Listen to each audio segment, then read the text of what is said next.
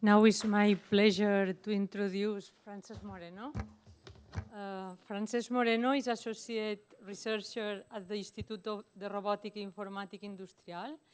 He has important contributions both in computer vision and in machine learning, he's well known. And today he will present the recent work on geometric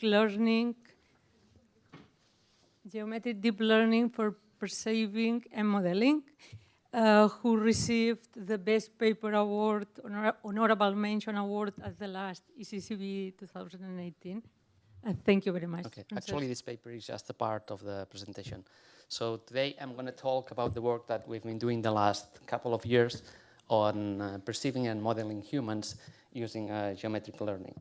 So what we want to do is we want to capture different aspects of the human body. We want to capture the pose estimation. We want to estimate the position of all the joints from single images. We also want to reconstruct the clothes the person is wearing. And also we want to build generative models for given single images. We want them to be able to render new views of this person. Or given one single image, we want to render different expressions. So to solve all these problems, we could follow a brute force solution. So we could take our favorite network, we could set up the hyperparameters, train with as much data as we have, in this case for the human pose estimation, then wait, cross fingers, the things will work, and if it not, so go back and repeat the process. The common denominator of our work is that we try to introduce some prior knowledge to the network in order to help them to improve the performance, either reduce the training time or using less data. So and mostly this prior knowledge comes from geometry. In particular, what we try to do is to find data representations with higher levels of expressivity, and also devise novel network architectures that reason about the underlying geometry and appearance. So in the first of these works, the CBPR 2017, this is the objective we wanted to achieve is given one single image, so we wanted to estimate the position of all the body joints in 3D. So in 2D, we assume that the 2D joints are already pre-computed. For instance, you can use the open pose here. And now at this point, you could already use some kind of regressor, fully connect or something like this, to regress from 2D to 3D joints. But we find out that using an intermediate representation, for instance, using Euclidean distances matrices, was much more convenient. So the Euclidean distance matrices are basically square matrices with a number of joints that encode the pairwise distances between joints. So we found out that these matrices are very convenient and they have very nice properties. For instance, if the person rotates in 3D, the Euclidean distance matrices doesn't change. And also they are very robust to occlusions. So in this example here, what you see is that a person where in the input Euclidean matrix, we removed the observations of the right hand. So the right hand is, actually the right arm is completely hallucinated. So you see that it's very coherent. In any case, in these works, and most of the works in the literature for estimating the human pose estimation, so what they try to do is to estimate the position of the body joints in a camera, in a coordinate frame which is attached to the body, to the center of the body, usually the hip of the person. So going a step further, what we wanted to do is to estimate the position with respect to the camera. How far is the person? All right. So for this, what we proposed was we introduced an absolute pose layer. So here you can see in red, in the red part, which took as input the body-centered coordinates, and as output it produced the absolute coordinates. So, and the cool thing of this absolute pose layer was that it was parameter-free and fully differentiable, and exactly implemented the geometric equations which are behind the computation of the absolute pose. I'll not go more in detail on this, just I'll show you some examples. So here you can see examples with different number of persons, and despite we don't have a ground truth to evaluate this, so you can see that all the persons are quite, so the distribution of the persons in the space is quite realistic and seems very plausible.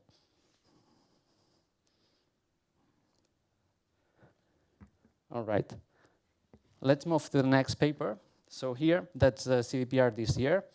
The goal of this paper was given a single image of a deformable object, in this case a cloth. So we wanted to build a deep network able to compute the shape. So there are other methods in techniques of optimization and previous methods that didn't use deep networks that already tried to solve this problem. And we actually tried to emulate these traditional approaches. So these approaches represent the surface as a mesh. They first register the mesh in 2D, and then they lift the mesh to 3D using different constraints. For instance, isometry, smoothness, or projection consistency. So our network tried to reproduce this kind of methodology. And that's a sketch of our network. It's made of 3 main branches. So the first branch on the top is the 2D detection branch, which actually what does is compute the position of the joints into the image plane of the vertices of the mesh, sorry, in the image plane. So when we do this iteratively, on the right you can see the different iterations in the computation of one of these nodes. And you see that the third iteration is quite well defined. So the second branch is a depth branch. What tries is to do is just to take these probability maps, the probability maps of the joints, and the features of the input image, and computes the depth of each one of the joints. And finally, final branch, the shape branch, which enforces the 3D to D consistency. And it has also a very interesting layer, a Procustes layer, that what it does in a differentiable manner is to align the estimated shape with the ground truth one. And we observed that this provides a lot of stability at training. So some results here. On the top left, you can see the input image, the ground truth, and the results of 5 different methods, the traditional methods, and on the bottom right, the results of the deform-net. So actually, we improved a little bit the best of the methods, as you can see in the table, but most importantly, the computation times was about 100 times faster. And something to point here is that we also tried a brute force approach. We took a ResNet, and we trained it with input images and shapes, and this didn't work at all. This means that trying to put this kind of architecture and reason about the geometry inside the network makes a lot of sense. All right, so far I've presented 2 papers, which are based on regressive models to estimate geometry, either the 3D body pose or the shape of clothes, and they are fully supervised. Now, I'm going to present 2 more papers, which are generative models. They model appearance, the body pose, or the face expression, and in contrast to the previous one, they are weakly supervised. So the first of these papers is about person image synthesis. That's the CVPR this year. So the goal here is that we have a single image at the input, a desired pose, and we want to render the person of how will be seen in this pose. Okay? And we want to do this for as many poses as we want. So the main challenge and contribution of this work is that, in contrast to previous approaches, we didn't need to use full supervision. So previous approaches trained the network with input and output images, but we didn't want to make use of the output images. And how can we achieve this? So this is the network that we used. At the first sight, it may look a bit cumbersome, but if we analyze it slowly, you'll see that makes sense. So first, what we have is a generator that takes as input the input image and the desired pose, all right? And at the very beginning, it just renders pure noise. In order to constrain this generator to create realistic images, we add a discriminator, exactly the one from GAN. And at this point, we have that the generator generates realistic images, but still with not the correct pose, neither the identity of the input person. So in order to enforce the pose, we have a pose constraint, a regressor that estimates the pose and enforces the pose to be the same. And finally, that's the key important part of the paper. Now you observe that the generator still doesn't generate the correct identity of the person. So to enforce this, we add a cycle consistency, which means that we take again the generator and we try to recover the input image. All right? So that's what we do here with all the rest of modules. So finally, we compare the back-rendered image and the input image using different constraints on texture and semantic similarity. So some results here of what we obtain. On the left, the input images. On the second column, we have the 2D pose that we want to obtain. And the third column is the result that we get. The fourth column is the ground truth, which we just use for comparison. It's not used during training. And despite the results couldn't probably pass a human test, they are quite promising, especially considering that we use no supervision at all. And some of the results are very impressive, especially when from a frontal or side position we try to hallucinate the position of, or the image seen from the back. Of course, there are still some mistakes. So in some cases we can not, the part of the input image is not washed out from the generated images, or the texture is not well transferred. But anyway, that's things that we need to consider in the future. Okay, just to finalize, so the fourth part, the first paper I want to present is the animations. That's a CCP paper. So here, what we wanted to do is, from a single image, we wanted to generate, this is Albert actually, the main author of the paper. From a single image, we wanted to generate different expressions of this face, all right? And this was already solved in other methods. And other methods, what they did, they could only handle a discrete number of expressions. So the main contribution of the animation was that we could do this in a continuous manner. So if you observe, you can see, if you pay attention to one of the videos, you can see that we can smoothly and realistically move from one expression to the other. So animation has two main ingredients. So one is about the data representation, as I mentioned, and another one about the structure. So the data representation that we use in this case is based on the action units. At the end, the action units is just a vector of n dimensions, where each dimension it says you how much an action unit is activated. And for instance, if you look at action unit 25, you can see that it corresponds to the motion of the mouth, and 45 to the motion of the eyelids. All right?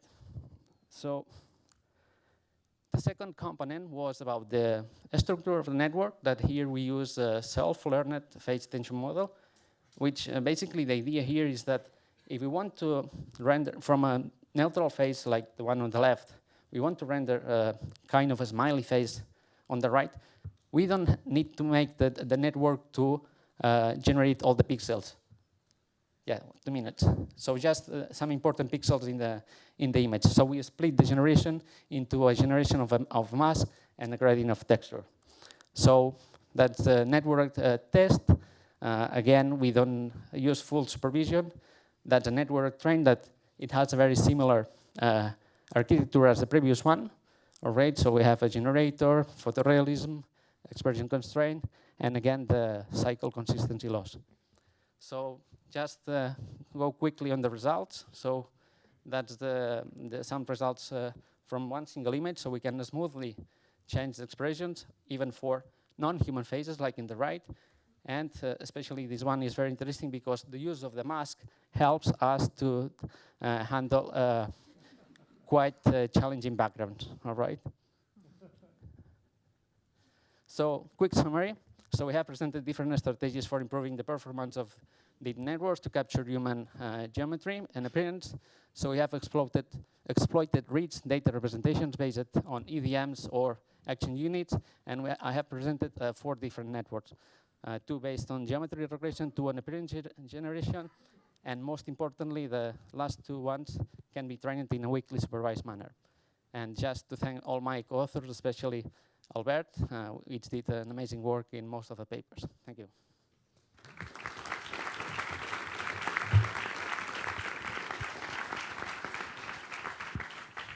Thank you, Francesc. Yeah, we have time for 2 questions. Hi. When you were trying to estimate the geometry, so the pose of the body, you said that the brute force approach was failing. Why do you think that is the case? Is it because the networks is too big and you need, because you are imposing the geometrical prior, you need, so it's the space is more constrained, so you need yeah, small. I guess that we didn't reach a solution so well, so it probably needed much more data. So using these constraints, we already put constraints within the network, which makes that with less amount of data, we can reach a solution. Probably, if we had double, tripled the number of training data, probably we could have achieved a good result. Okay. Thank you. Okay, so let's thank again Francesc.